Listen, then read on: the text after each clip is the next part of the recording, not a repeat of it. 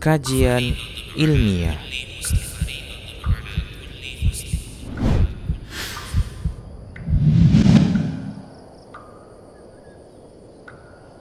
Assalamualaikum warahmatullahi wabarakatuh.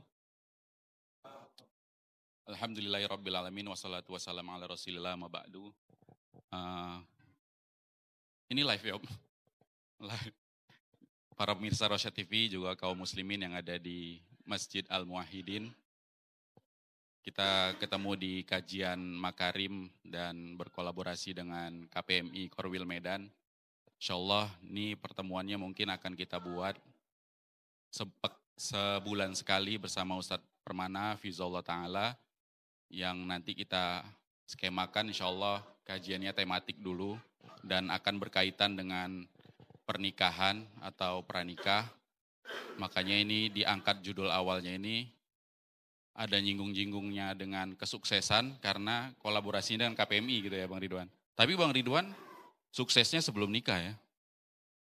Oh Masya Allah, nih berarti variasi jemaahnya udah ada nih. Ada yang sukses sebelum nikah, ada yang nikah dulu baru sukses ya. Dias ya? Dias Masya Allah. Ada yang udah sukses gak nikah-nikah ada? Udah lama sukses tapi gak nikah-nikah. Oh Prabu. Udah gak sukses-sukses gak nikah-nikah juga. Ini ada juga. Enggak, ini bisa dibantu nih, bisa konsultasi nanti, mungkin ada konsultasi syariahnya enggak sama panitia. Baik, tapi intinya kayak gitu, kita mau dengar dari Ustadz, tapi sebelumnya kita mungkin Ustadz kita undang dulu ya. Ini Ustadznya mana ini? Ustadz Permana Fizullah Ta'ala kami mohonkan untuk bergabung bersama kita. Oh iya. Apa nih Ustadz? Memang apa Ustadz? Itulah Ustaz. Inilah makanya mau dikaji Ustaz. Udah nikah, sukses nih barometer suksesnya apa gitu kan Ustaz. Baik Ustaz, jazakumullah khairan Ustaz udah bergabung bersama kita dan insyaallah nanti kita sedikit aja mungkin ya Ustaz materinya, nanti kita mungkin bisa banyak di sesi tanya jawabnya, diskusinya soal jawab. Ya memang di satu sisi kan banyak juga kita dengar mungkin asatizah kita atau para motivator kesuksesan yang mengangkat pernikahan ini sebagai gerbang dari kesuksesan gitu ya Ustaz. Sukses, mau sukses nikah dulu nanti datang kekayaan, datang kesuksesan gitu-gitu. Ada juga di satu sisi yang lain nikah ini menjadi momok yang menakutkan gitu Ustaz. Nah, itulah intinya mungkin Ustaz nanti bisa sedikit memberikan materi, nanti kita sambung dengan tanya jawab. Ada juga yang menjadi momok takut gimana ya keadaan kita masih seperti ini secara ekonomi, mau nikah nanti gimana untuk menghidupi istri dan anak-anak ke depannya, momok-momok seperti ini, atau mungkin ya gimana ya hak-hak yang harus kita tunaikan terhadap pasangan kita, kewajiban-kewajiban yang harus kita lakukan kepada pasangan kita, itu mungkin menjadi momok yang menakutkan bagi para jomblo yang hadir di sini Ustaz. Ya. Baik Ustaz, untuk mempersingkat waktu kita persilakan Pak Tafaddal Masykurah. Bismillah. Assalamualaikum warahmatullahi wabarakatuh.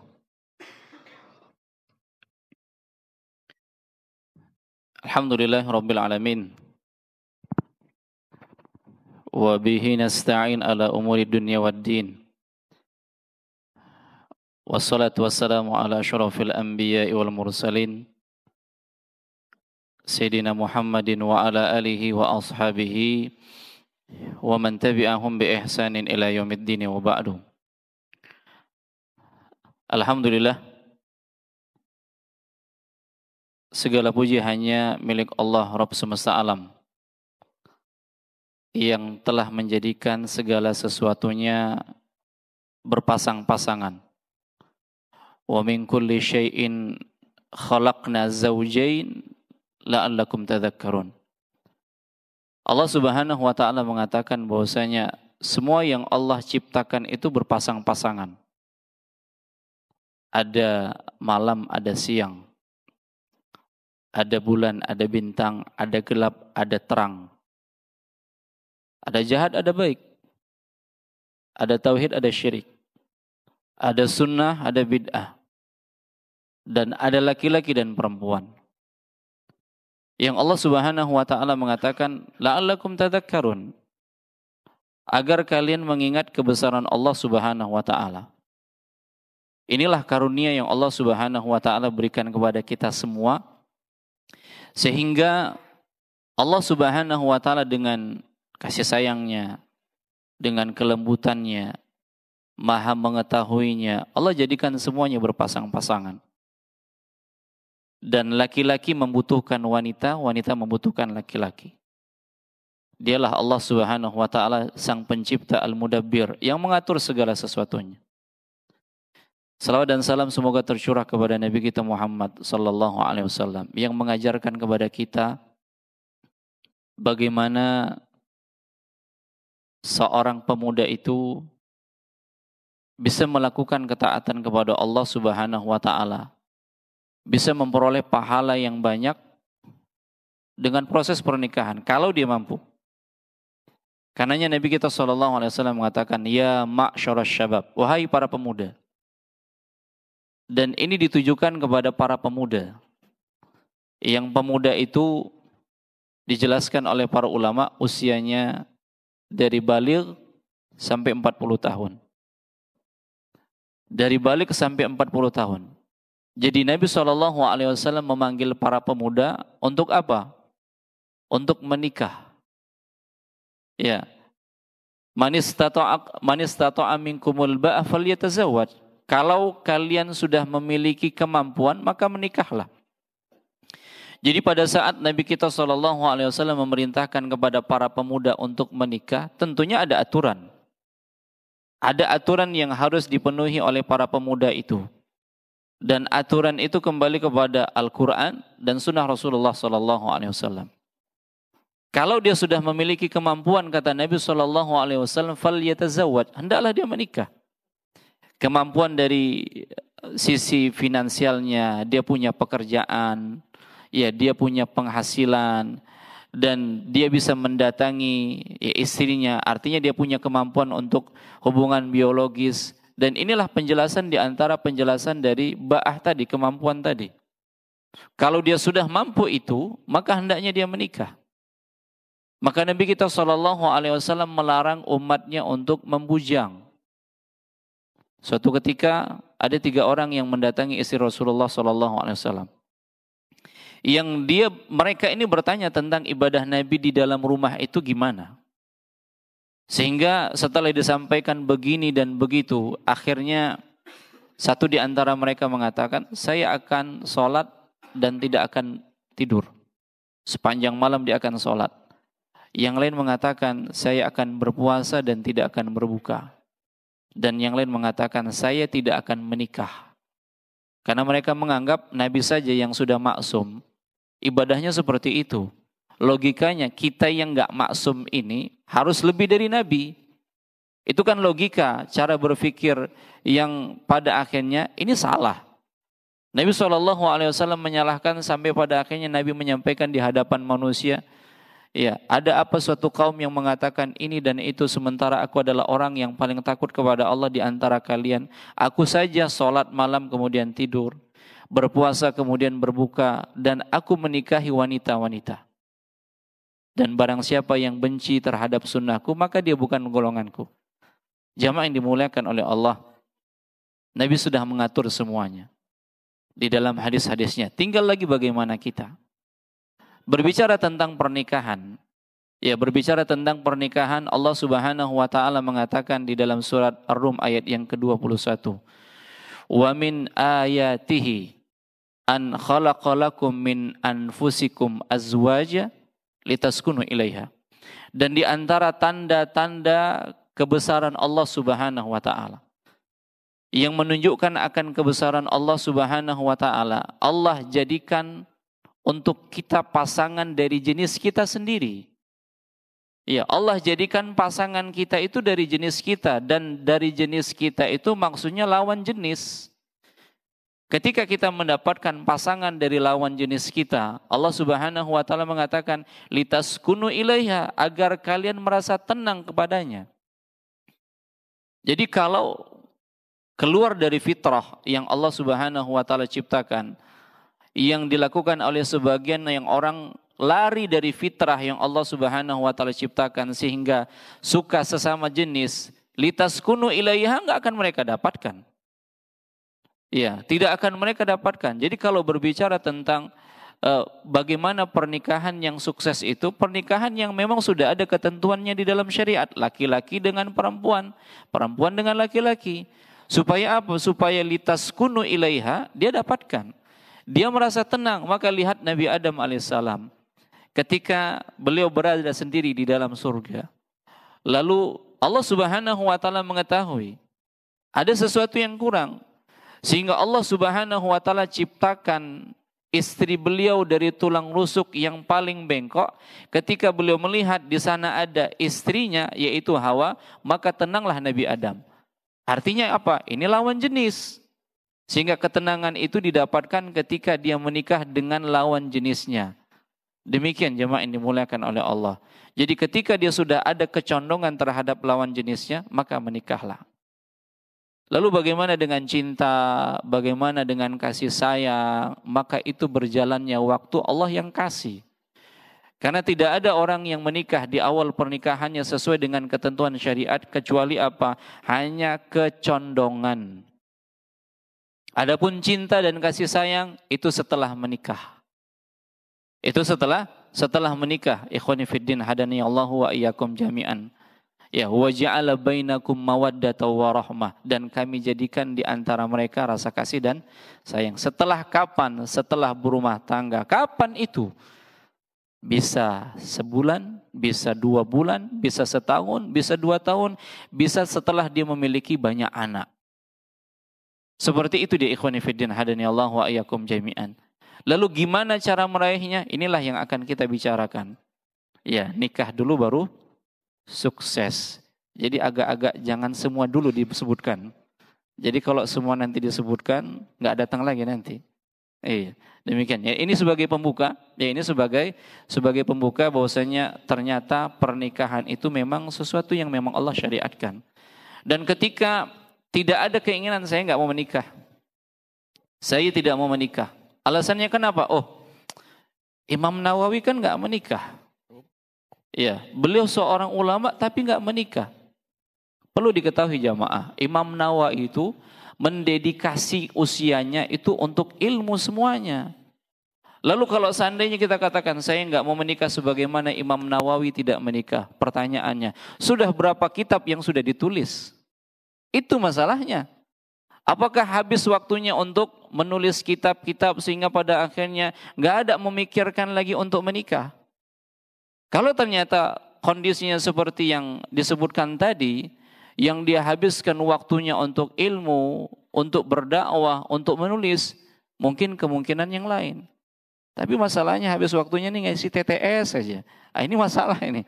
Ya, bertumbuk TTS di dalam rumah itu kan, diisi semua seperti itu. Ini yang harus kita hindari. Nah, demikian ini sebagai pembukanya. Baik. Insyaallah jazakumullah khairan Ustaz. Minimal sukses pertama kalau udah menikah itu tenang ya Ustaz. Enggak iya. goyang kali ya Ustaz. Enggak goyang kali. Baik, kalau ada pertanyaan kita persilahkan. Mungkin bagi yang belum menikah ataupun yang sudah menikah enggak ada masalah ya Ustaz. Mau murojaah mungkin. Silakan. Tes. Oh. Jauh kali masih. Sabar.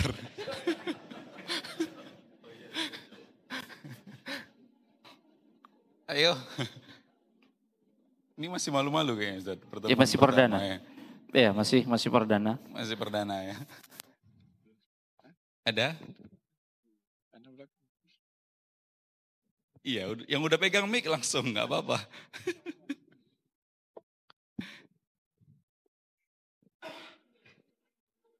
Silakan. Jalan Mi. Bismillahirrahmanirrahim. Assalamualaikum warahmatullahi wabarakatuh. Waalaikumsalam. Izin bertanya sebelumnya Ustadz, di mana saya melihat judulnya itu nikah dulu baru sukses. Nah, yang di pikiran saya itu sukses itu kan ada banyak gitu ya. Jadi apakah sukses dalam pekerjaan atau sukses dalam kehidupan rumah tangganya atau gimana ini? tema kajiannya ke depannya Ustaz.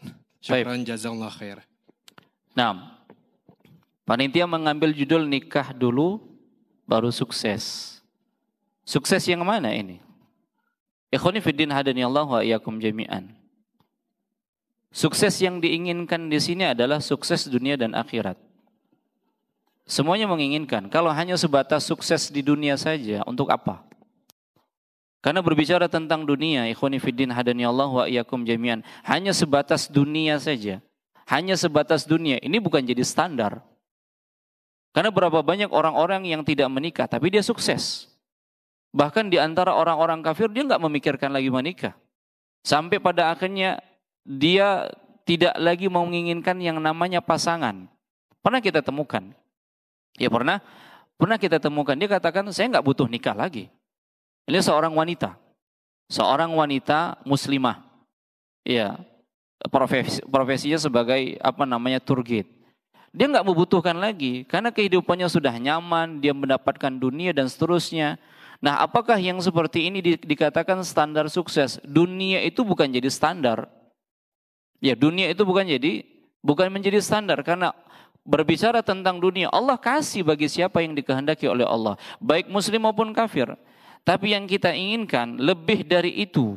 Bagaimana kesuksesan itu yang kita raih nanti di akhirat, dan inilah sesuatu yang abadi. Tapi bukan tidak tertutup kemungkinan ketika seseorang itu menikah kemudian dia mendapatkan kesuksesan di dunia, yang itu diinginkan lebih-lebih kesuksesan nanti pada hari kiamat ketika dia bersama dengan pasangannya menuju surganya Allah Subhanahu wa taala. Jadi keduanya bisa diraih. Ya, keduanya bisa diraih ketika dia menjalankan rumah tangganya, baik dari sisi dunianya. Tapi ini bukan tujuan yang utama. Ya, bukan tujuan yang utama. Kesuksesan dunia itu bukan tujuan yang utama. Tapi tujuan yang utama adalah sukses nanti pada saat dia dikumpulkan di mahsyar. Ya, dia bertemu dengan pasangannya, dia bertemu dengan anak-anaknya, dimasukkan oleh Allah Subhanahu wa taala ke dalam surganya. Ini yang diinginkan. Dan menuju pembahasan itu kan ada hal-hal yang harus kita pahami. Gimana yang harus kita lakukan supaya kita mendapatkan kesuksesan tidak hanya di dunia saja tapi di akhirat. Itulah langkah-langkah yang harus dipenuhi bagi orang yang ingin menikah. Nah, seperti itu dia. Dan tentunya pembahasan ini tidak bisa kita katakan pembahasan sekali duduk. Karena pembahasan yang panjang. Bagaimana dia bisa sukses? Dia harus melihat dari sisi wanita yang dia akan nikahi bagaimana karakteristiknya, kemudian faham tentang hak dan kewajiban pasangan masing-masing, bagaimana ketika terjadi kemulut di dalam rumah tangga. Nah, inilah yang akan dibahas. Supaya apa? Supaya rumah tangganya itu rumah tangga yang bisa mendatangkan kesuksesan bukan hanya di dunia maupun di akhirat kelak nanti. Nah, demikian. Allahu a'lam.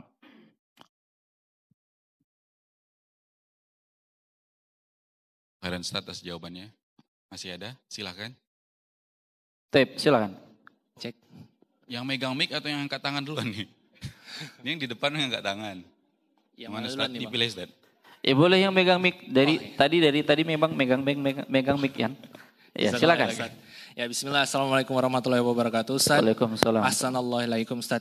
Ustaz, Anda ingin bertanya, di zaman sekarang itu ada istilah sandwich generation. Di mana sandwich generation, Ustaz? Apa itu? Generasi yang dia harus menghidupi orang tuanya, Ustaz. Taib. Dan kerabat-kerabatnya.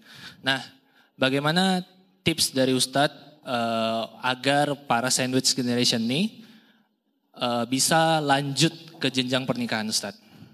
Karena kan tadi sesuai judul kan nikah dulu baru sukses gitu, Ustaz. Ya, nikah dulu baru sukses. Sementara ada yang harus dia hidupkan. Benar, Ustaz. Di antaranya keluarganya, seperti itu. Betul, Taib. Ustaz. Jazakallah khair, Ustaz. Jazakallah khairan. Bagaimana tipsnya? Ikhwani fiddin hadani Allah wa iyyakum jami'an. Satu hal yang harus ditekankan di sini terkait dengan masalah rezeki. Kita harus paham, guru-guru kita, ustadz-ustadz kita mengajarkan yang namanya tauhid.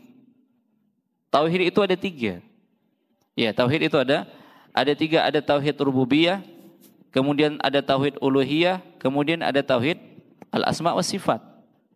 Nah, berkaitan dengan rezeki, Apa yang kita khawatirkan ketika kita harus di satu sisi kita harus menghidupkan orang tua, kita harus berbakti nih sebagai seorang anak, berbakti kepada orang tua.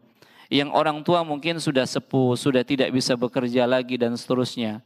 Nah, sementara keinginan kita untuk menikah juga kuat. Mana yang lebih kita utamakan? Ya, Nabi kita SAW memerintahkan kita untuk menikah ketika kita sudah memiliki kemampuan. Di satu sisi kita ini harus memberikan bakti kita kepada orang tua kita. Nah, gimana tipsnya? Ingat, di sana ada tauhid rububiyah. Di sana ada tauhid rububiyah yang kita harus paham. Kita, orang tua kita itu sudah ditetapkan rezekinya. Ada sebuah kisah yang ini menunjukkan betapa tingginya tauhid rububiyahnya dan dia bersandar kepada takdir Allah Subhanahu wa taala. Ada seorang pekerja, dia adalah seorang suami.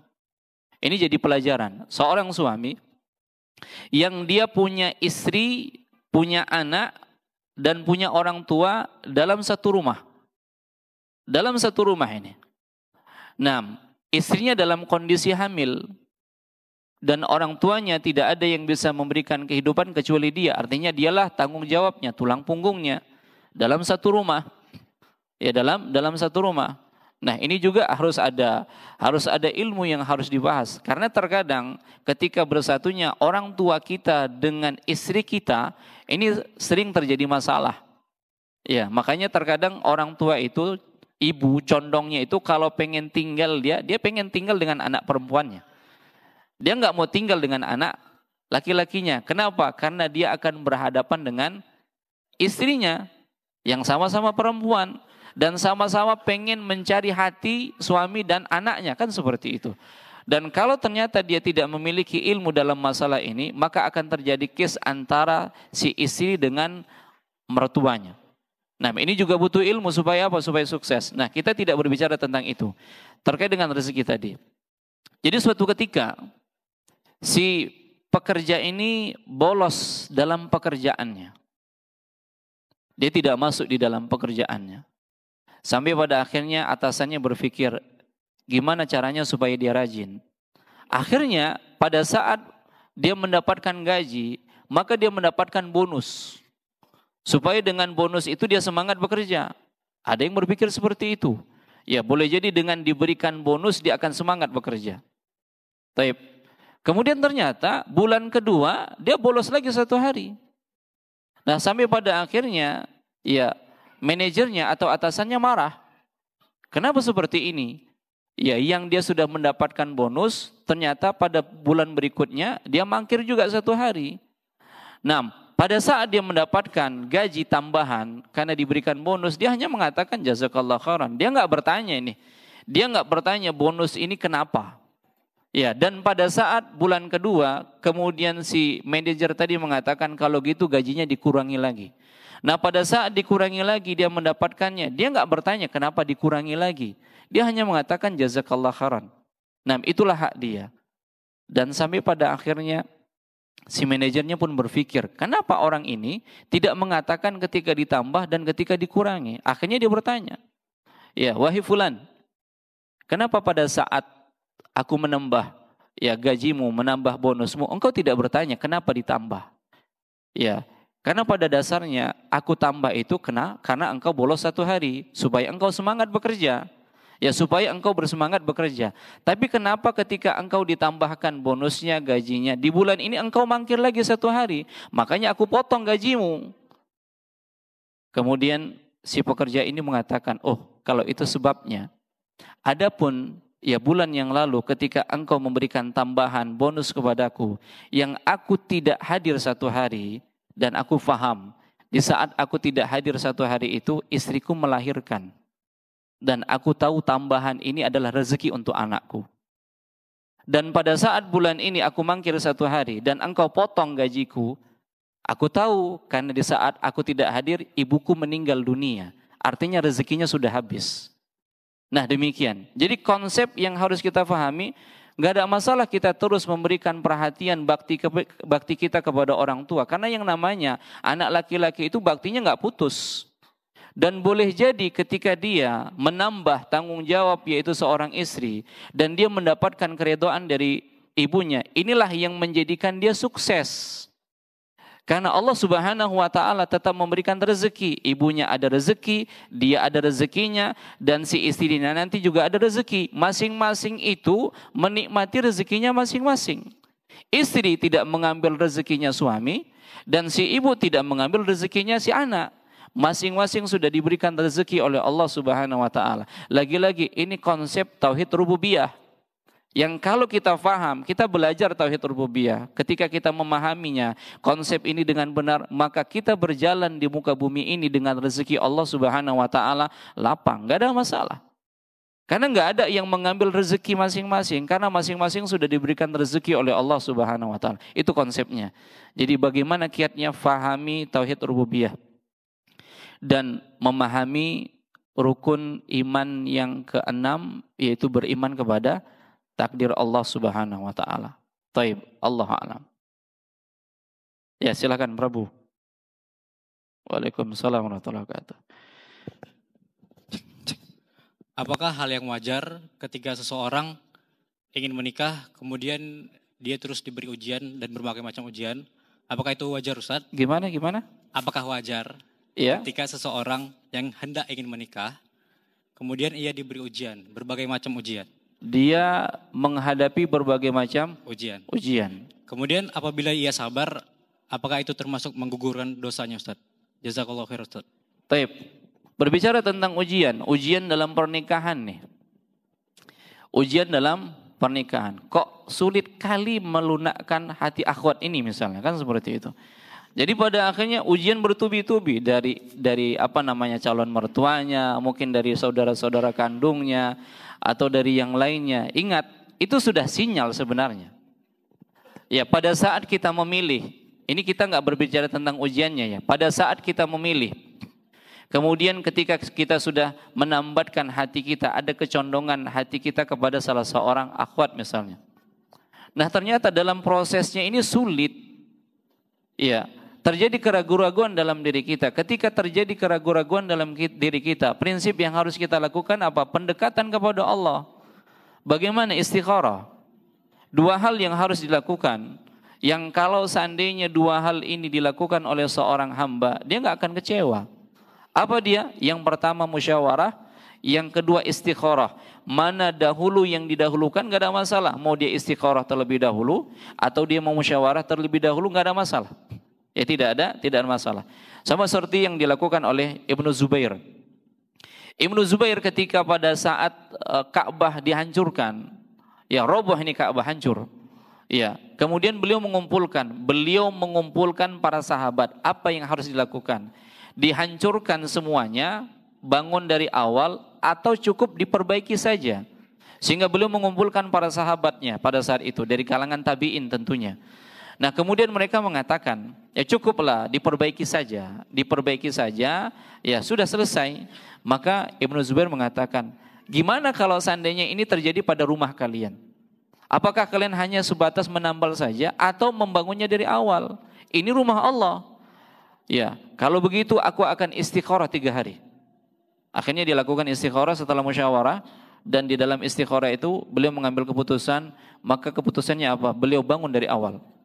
Bangun dari pondasinya. Nah, ini yang harus dilakukan ketika dia menghadapi seorang akhwat yang agak sulit nih. Ya, sulit untuk dilunakkan, ya, sulit untuk mengambil hatinya, padahal kita tujuannya untuk menikahinya. Nah, istikharah dan musyawarah. Dan ketika dia mendapatkan ujian-ujian, itu pada dasarnya sinyal. Sinyal apa? Sinyal si akhwat ini enggak jodoh untuk dia. Jadi bukan berarti tanda istikharah kita itu dijawab oleh Allah itu dalam mimpi, enggak ada. Ya tidak ada ikhwani fiddin. Mana yang mudah ketika kita sudah istikharah, mana yang mudah kita lakukan sehingga pada akhirnya perjalanannya itu dimudahkan oleh Allah, inilah jodohnya. Tapi kalau ternyata ada kendala, kemudian ditunda bulan depan, nah ini udah tanda ini. Sudah ada sinyal-sinyal sepertinya ini nggak cocok. Dan itulah ujian. Ketika dia mengalami kegelisahan, gelisah itu ujian, galau itu ujian. Dan kalau seandainya kita sabar, apakah ini menggugurkan dosa-dosa kita? Iya, menggugurkan dosa-dosa kita yang pertama.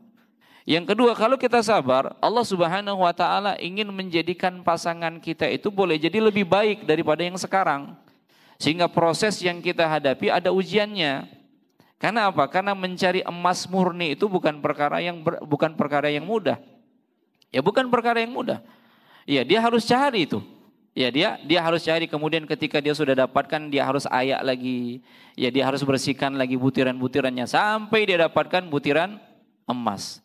Ketika dia sudah dapat butiran emas yang asli, nah inilah jodohnya. Tapi ketika masih ada kerikil-kerikilnya, dia harus sabar. Dan apakah yang seperti ini bisa menggugurkan dosa-dosa? Jawabannya, semua yang menggelisahkan hatinya, semua yang menjadikan dia galau, gelisah, ya ini bisa menggugurkan dosa-dosanya. Kalau dia sabar. Nah demikian, Allah a'lam. Berarti sabarnya harus putar balik gitu ya Ustaz. Sabarnya bukan terus harus diperjuangkan karena ujiannya makin besar kan makin besar pahalanya. Enggak Iya. gitu konsepnya ya Ustaz kalau untuk nyari pasangan ini. Nah kalau nyari pasangan seperti tadi, artinya kita sudah sabar kayaknya mentok ini nggak bisa, dan sudah kita lakukan musyawarah dan istikharah, ya sudah cari yang lain. Ya cari yang lain. Karena apa? Karena kita belum tahu, boleh jadi ini jodoh yang memang tidak cocok untuk kita. Kita paksakan pun, ya kemudian terkadang ada orang yang saya sudah cinta mati sama dia. Ya sehingga nggak bisa move on. Ini salah. Yang namanya cinta itu sebagaimana yang sudah kita katakan tadi, Allah kasih nanti setelah menikah. Ya, kita pernikahan yang tidak dilalui dengan pacaran. Ya, hanya sebatas ta'aruf, kemudian kita lihat CV-nya, saya condong ke sana. Saya condong ke akhwat ini. Adapun cinta, kita nggak akan pernah muncul pada saat itu karena kita belum berinteraksi lebih. Karena cinta itu munculnya kapan? Setelah pernikahan, setelah sama-sama mengetahui antara suami dan istri. Nah, kalaulah ternyata hanya sebatas kecondongan dan setelah dia berdoa kepada Allah, silakan dia pilih yang lain. Ya, dia pilih yang lain, putar haluan masih banyak yang menanti misalnya seperti itu. Kalau ada. Ya, kalau ada. Nah, baik, itu kalau udah sulit berarti cinta-cinta ikan lele itu ya Ustaz ya? gimana itu cinta? Awak cinta dia sepele ya Ustaz? Oh gitu. Baik, mungkin masih ada. Silakan, ini bukan pengalaman ya. Silakan kalau masih ada. Akhwat mungkin dari akhwat. Kalau akhwat di kertas atau pakai mic juga Ustaz? Pakai kertas lama nyampe nya. Iya silakan pakai mic nggak ada masalah. Kalau memang ada. Tapi suaranya di setel apa ya? Di setel apa bahasa? Suara sela. Silakan di akhwat mungkin kalau ada pertanyaan. Bisa 3 pertanyaan ya? Enggak ya? Oh udah ada kertas, Masya Allah. Baik. Woi, petugas masuk. Tugas mini. Kok gitu guys? Jazakallah khairan.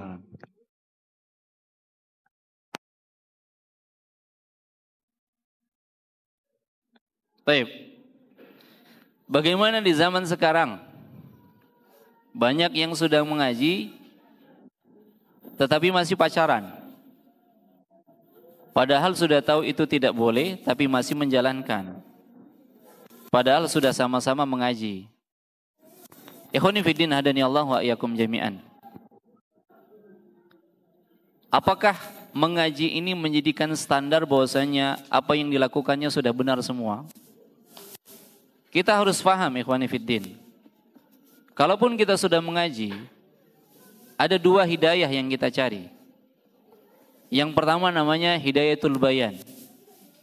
Hidayatul bayan itu hanya hidayah yang kita tahu berupa ilmu. Dan kita butuh hidayah satu lagi. Hidayah taufik. Apa itu hidayah taufik? Hidayah mengamalkan ilmu yang sudah kita dapatkan. Nah artinya ketika ada orang yang sudah mengaji, tapi tetap saja dia menjalankan yang namanya pacaran. Ya, kalau ada pacaran secara islami, itu adanya setelah menikah. Ya, adanya setelah menikah. Yang namanya pacaran islami itu adanya setelah menikah. Artinya kalau dia setelah menikah pacaran mau sampai hamil pun boleh. Karena memang itu tujuannya. Tapi kalau dia belum menikah kemudian pacaran, lalu pada akhirnya hamil, akhirnya apa? Jadi masalah. Nasabnya nggak jelas. Inilah yang Allah Subhanahu wa taala mengatakan wala taqrabuz zina. Jangan kalian dekati zina. Nah, oleh karenanya kalau ternyata masih ada yang sudah mengaji tapi tetap juga melakukan pacaran. Oh, Ustaz, kami nggak pacaran, kami ta'aruf. Tapi ta'arufnya 3-4 tahun. Ini ta'aruf apa? 3-4 tahun, jamaah yang dimuliakan oleh Allah. Nah, seperti itu dia. Jadi yang seperti ini berkilah atas nama ta'aruf. Ya, berkilah atas nama ta'aruf. Nah, kalau ternyata memang dia sudah ada kecondongan, sudah langsung menikah. Ya, apa yang harus ditunda-tunda? Nah, dengan kata lain ketika dia sudah mengaji masih saja melakukan yang seperti ini berarti menunjukkan dia belum mendapatkan hidayatut taufik. Maka hendaklah dia berdoa kepada Allah supaya Allah Subhanahu wa taala memberikan hidayah kepadanya. Dan satu hal yang harus difahami, ikhwani fiddin hadani Allah wa iyyakum jami'an. Kalau kita berusaha untuk mendekati yang namanya api, lambat laun kita akan terkena percikannya. Dan ketika sudah terkena percikannya, maka pada akhirnya ada ungkapan sudahlah kadung, ya, terbakar sekalian. Dan ada yang sampai pada apa? Pada tahapan dia berzina. Ya, itu disebabkan karena tadi. Ya, disebabkan karena tadi dia tidak memikirkan halal haramnya. Kemudian pada akhirnya syaitan membisikkan pada dirinya, kemudian terjadilah yang terjadi. Terjadi perzinahan, sudah sama-sama ngaji. Ini yang terjadi ikhwani fiddin hadani Allah wa iyyakum jami'an. Sehingga kata kuncinya, kata Nabi kita sallallahu alaihi wasallam, barang siapa di antara kalian yang belum mampu, maka puasa. Kalaulah memang dia tidak memiliki kemampuan, belum ada keinginan untuk menikah dan tidak ada kemampuan untuk menikah, maka Nabi berikan solusi. Solusinya apa? Puasa. Dengan dia berpuasa, maka terhindarlah kemaksiatan-kemaksiatan yang ada. Nah, demikian ikhwani fiddin hadani Allah wa iyyakum jami'an. Ya. Jadi kalaupun ternyata terjadi pada diri kita sudah ngaji tapi tetap juga melakukan pacaran, hendaklah bertobat kepada Allah Subhanahu wa taala. Ingat, dalam konsep seperti itu, dalam konsep dia pacaran, itu belum menunjukkan bahwasanya dia laki-laki yang baik dan dia bukan wanita yang baik pula. Laki-laki yang baik dan wanita yang baik yang dia siap untuk menikah. Laki-laki yang baik itu gimana? Dia datang ke rumah calonnya, dia sampaikan saya pengen menikah. Ya, saya pengen menikah. Ini laki-laki yang baik. Dan perempuan yang baik adalah perempuan yang tidak mau dibawa oleh laki-laki yang bukan mahramnya, dibawa kemana-mana.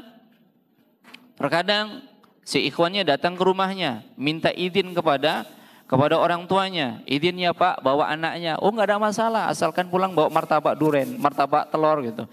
Ya, selesai masalahnya, jemaah ini dimuliakan oleh Allah. Asalkan pulang bawa bingkisan, selesai masalahnya.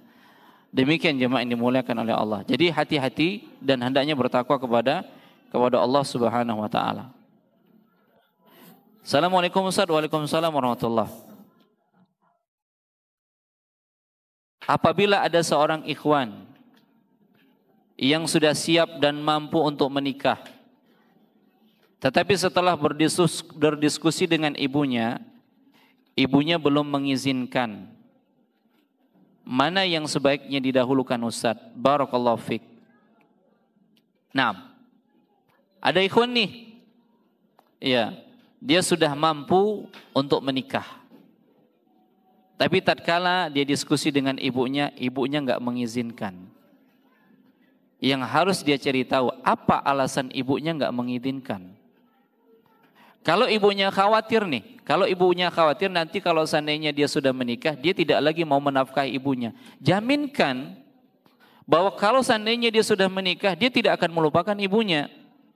Nah, di sisi lain boleh jadi si ibu ini kurang memahami yang namanya tauhid tadi. Sehingga harus ada kepastian dari si anak. Kalau seandainya dia menikah, dia tidak akan meninggalkan ibunya. Tetap dia akan berbakti kepada ibunya. Carilah waktu-waktu yang tepat. Ya, dan hati-hati kondisi ibu itu dalam kondisi nyaman, diskusi apa masalahnya. Ya, apa masalahnya. Nah, kalau ternyata masalahnya yang seperti disebutkan tadi, maka diskusilah dengan orang tuanya. Supaya apa? Supaya mendapatkan izin dari orang tuanya dan pernikahannya juga diridhoi oleh Allah Subhanahu wa taala. Cari tahu. Ya, cari tahu masalahnya apa, kenapa orang tuanya tidak mengizinkannya, sehingga apa? Sehingga orang tua mengizinkan dengan jaminan dari anak. Dan ingat, hati ibunya di tangan Allah Subhanahu wa taala. Berdoa kepada Allah supaya dimudahkan oleh Allah Subhanahu wa taala. Ya, mungkin cukup atau nanti dilanjutkan gimana? Tanggung. Ini kayaknya jawab soal semua ya. Teorinya belum ada.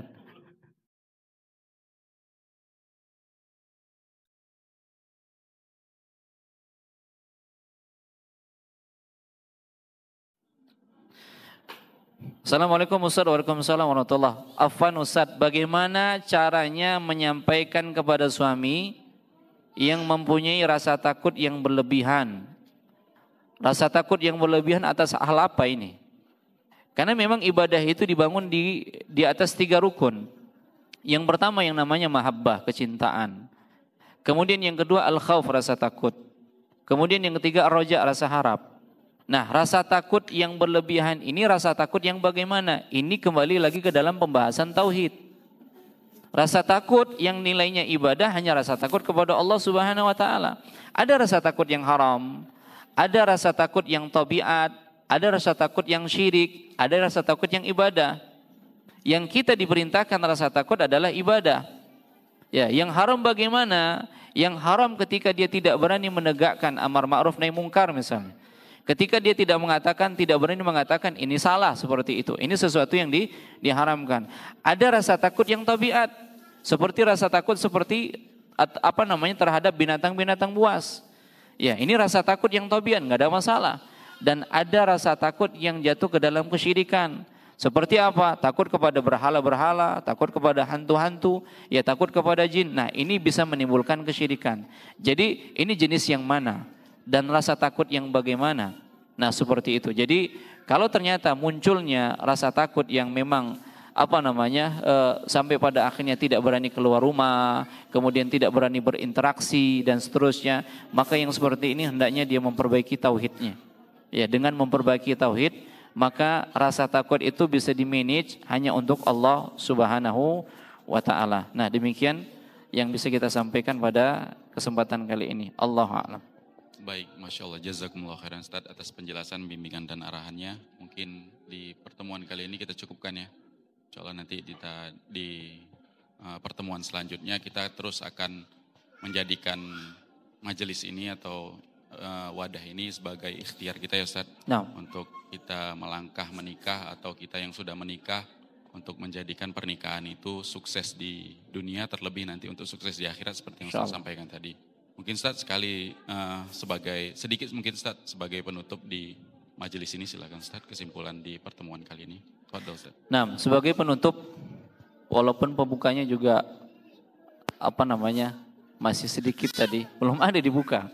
Ya, belum ada dibuka. Apa tujuan? Insya Allah nanti kita bahas bagaimana tujuan dari pernikahan itu apa, sehingga seorang itu tidak khawatir untuk melangsungkan pernikahan. Bagaimana konsep rezeki nanti akan kita bahas insya Allah pada kesempatan yang lain. Intinya yang bisa kita sampaikan sebagai penutup pada kesempatan kali ini, ikhwani fiddin hadani Allah wa iyyakum jami'an, hendaknya kita senantiasa bertakwa kepada Allah Subhanahu wa taala. Kesulitan yang kita hadapi dalam pernikahan, baik yang sudah menikah, karena persoalan itu bukan hanya pada yang belum menikah. Bahkan terkadang persoalan itu lebih banyak pada orang yang sudah menikah. Ya, dan mungkin nanti ketika kita buka permasalahan yang berkaitan tentang pasca pernikahan, masalah-masalah yang ada, mungkin lebih banyak lagi. Ya, mungkin lebih banyak lagi. Intinya, ikhwani fiddin, yang bisa kita sampaikan pada kesempatan kali ini, setiap masalah itu pasti ada jalan keluar, dan Allah menjanjikan jalan keluar bagi orang yang bertakwa. Allah Subhanahu wa taala mengatakan, "Wa may yattaqillaha yaj'al lahu makhraja."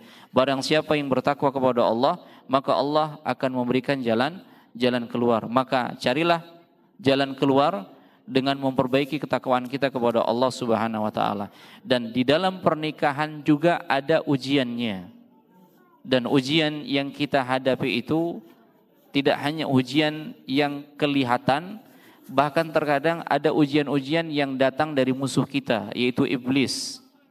Karena yang namanya iblis tidak akan senang dengan mitsaqon ghalidha, itu tetap kokoh. Karena pernikahan itu adalah ya perjanjian yang sangat kokoh dan dia menginginkan perjanjian ini putus. Maka kuncinya adalah dengan memperbaiki ketakwaan kepada Allah Subhanahu wa taala. Insyaallah nanti kita akan lanjutkan pada kesempatan yang lain. Allahu a'lam.